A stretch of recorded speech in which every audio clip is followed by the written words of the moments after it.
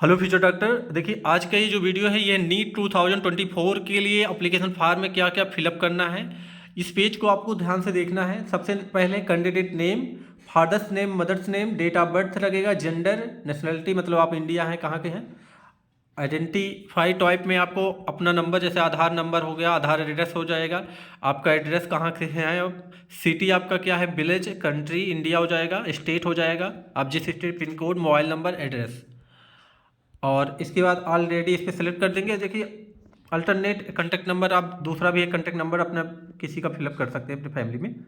Address में फिर वही सब डिटेल और पासवर्ड, यहाँ पर एक पासवर्ड चॉइस करना है आपको, पासवर्ड चॉइस कर लेना है, पासवर्ड को रख लीजिएगा।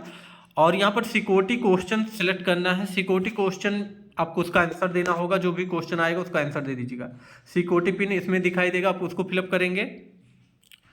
कैंडिडेट नेम फिलअप हो जाएगा, डेट ऑफ बर्थ हो जाएगा, gender, mother's name, father's name, nationality, password, ये सब तो हो ही जाएगा।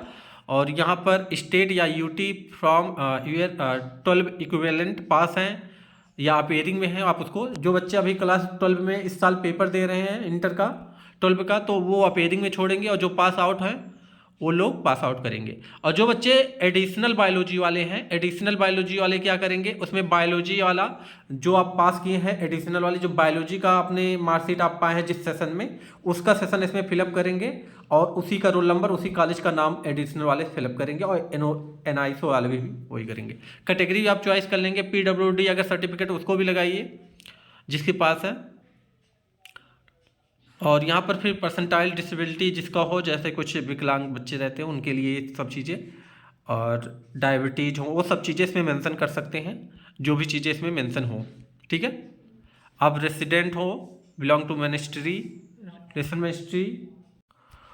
उसके बाद आपको एग्जामिनेशन जैसे क्वेश्चन पेपर मीडियम पूछा जाएगा। क्वेश्चन पेपर मीडियम में आपको अगर इंग्लिश चॉइस करते हैं तो ओनली इंग्लिश मीडियम ही पेपर आपको पेपर मिलने वाला। अगर आप हिंदी करते हैं तो आपको हिंदी और इंग्लिश दोनों मिलेगा।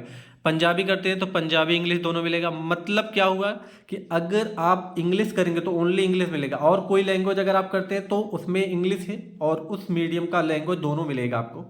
और इसमें 4 सेंटर चॉइस कर सकते हैं, आप जहाँ पर रहते हैं, जहाँ से तैयारी कर रहे हैं, आप जिस जगह से आपको नज़दीक पड़े, मान लीजिए आपके होम टाउन पे भी नज़दीक पड़ रहा है तो आप अपने घर से पेपर दीजिए, क्योंकि पेपर बेस्ट जाएगा तब, क्योंकि हर सिटी में अब एग्जामिनेशन सिटी बना दिया गया है।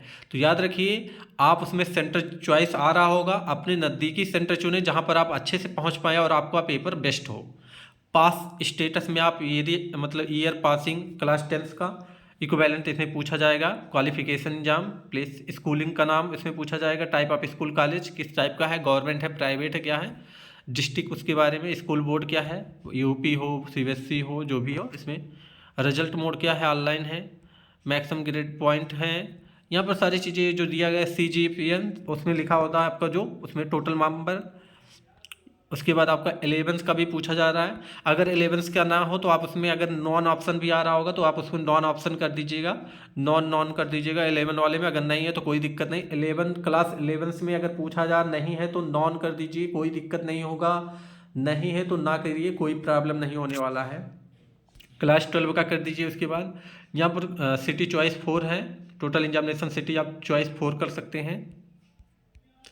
उसके बाद क्लास 12 का आप टोटल फिलअप कर देंगे सभी डाटा।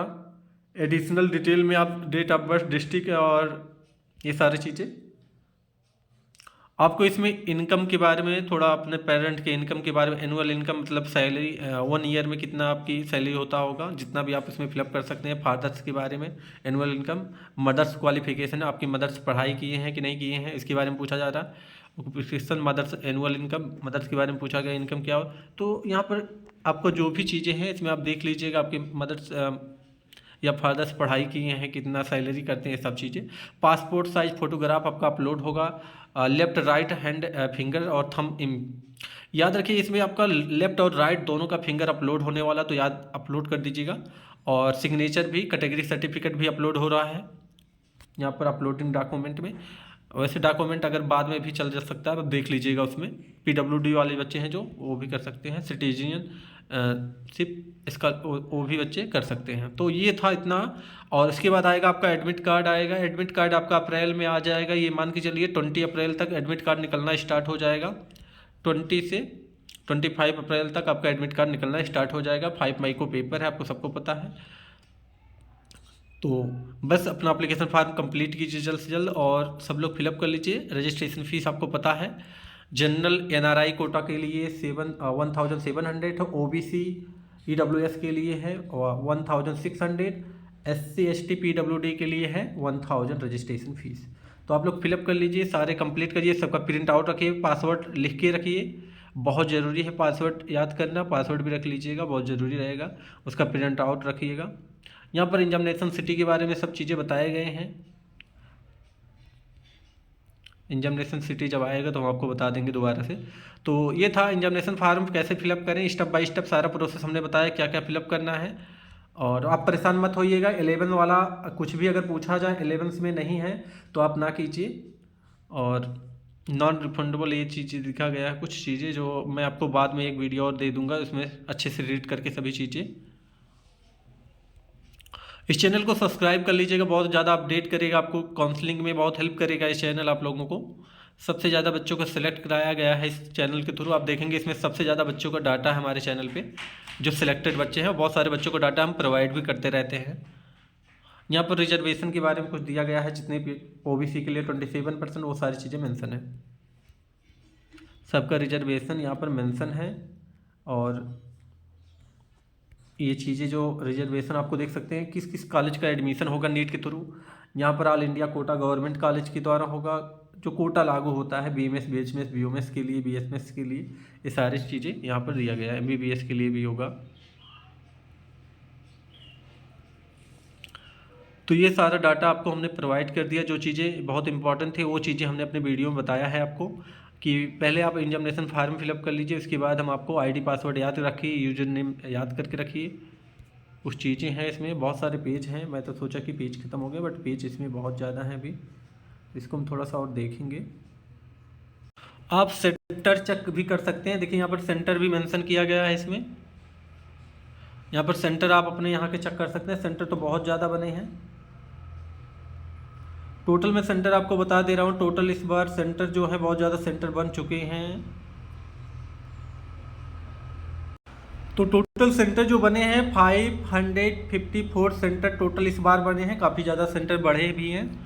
तो ये सारे सेंटर हैं आपके इसमें एग्जामिनेशन। कुछ इंपॉर्टेंट चीज़ें इसमें और मेंशन किए गए हैं। आप इसमें कोड चॉइस करेंगे एनुअल इनकम वाले, जैसे आपके मदर्स और फादर्स कितने इनकम करते हैं, एनुअल इनकम कितना है फादर्स का, यहाँ पर वो चीज़ें पूछे गए हैं, तो आप उसको मेंशन कीजिए। यहाँ पर कोड पूछा जाएगा, जैसे एग्रीकल्चर है तो अप टू 50,000 करना है, बिजनेस करते हैं तो 50,000 से 1 लाख के बीच में होगा, मेडिकल है तो 50,000 से 1 लाख, बिजनेस में भी वही है।